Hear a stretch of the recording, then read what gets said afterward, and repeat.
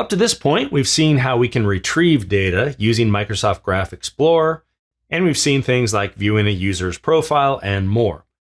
In this part of the exercise, we're going to try a post request, and let's assume that we have a salesperson organization, and as a salesperson joins a Teams channel, we would like to have an automated message. We're going to handle the automated message part of that by doing a post request in Graph Explorer. So let's take a look at how we can do that. So coming back into Graph Explorer, you'll see I'm already logged in with my test developer account. And what I'm going to do is type Teams here into the sample queries. And you'll notice there's a Microsoft Teams. And from here, we can do a lot of things. We can actually create teams, view our join teams, and more. But if I scroll down, you'll notice I can send channel messages. So I'm going to click on that. And it gives me a sample of what content I'd want to send, in this case, hello world. But you'll notice there's a tip here. This query requires a team ID and a channel ID. Now you'll notice that they even have some links here that you can click on. I'm going to use the ones on the left, but this will take me to how I can get the team ID and the channel ID that I actually want to send this message to. Now, I'm also logged into Microsoft Teams in the browser, and you'll notice I have a test team with a channel called General. So we're going to try to send to that in just a moment. So let's go on back here, and the first thing I'm going to do is click on My Join Teams. You'll notice I instantly get a forbidden, and it says that I need one of the following permissions. Now notice that Teams Read Basic All is one of those listed. So let's go to our Modify Permissions. We saw this in an earlier part of the exercise. And here's Team Read Basic All. So I'm going to consent to that. We'll hit Accept. And notice I've now consented. So let's click on this again, My Join Teams.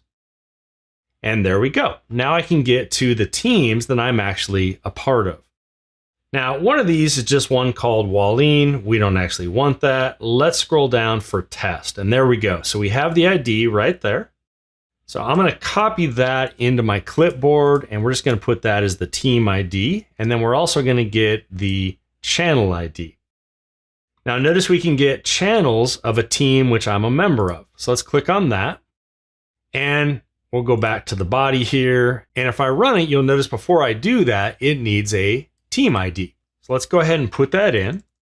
So we'll paste that team ID, and then we're going to get the channel. So let's run this query. And again, we get forbidden. Looks like we need channel settings read. So let's go here. There's channel read basic all. Let's go ahead and hit consent again. And we'll accept that one. I'm also going to go to channel settings. I'm going to consent to that. And there we go. And then that's all I'm going to do for now. So let's go ahead and go back to request body. We have our team ID in there. Let's run the query. Okay. And there we go. There's our general. And then here's the ID we need for the general channel. Let's copy that. And I'm just going to put that in my clipboard here. And there we go. So now we have the team ID and we have the channel ID. Now let's go back into our send channel message. Notice this changed it to a post instead of a get. And now we need to put that team ID in and the channel ID. Now the channel ID I should still have in my clipboard.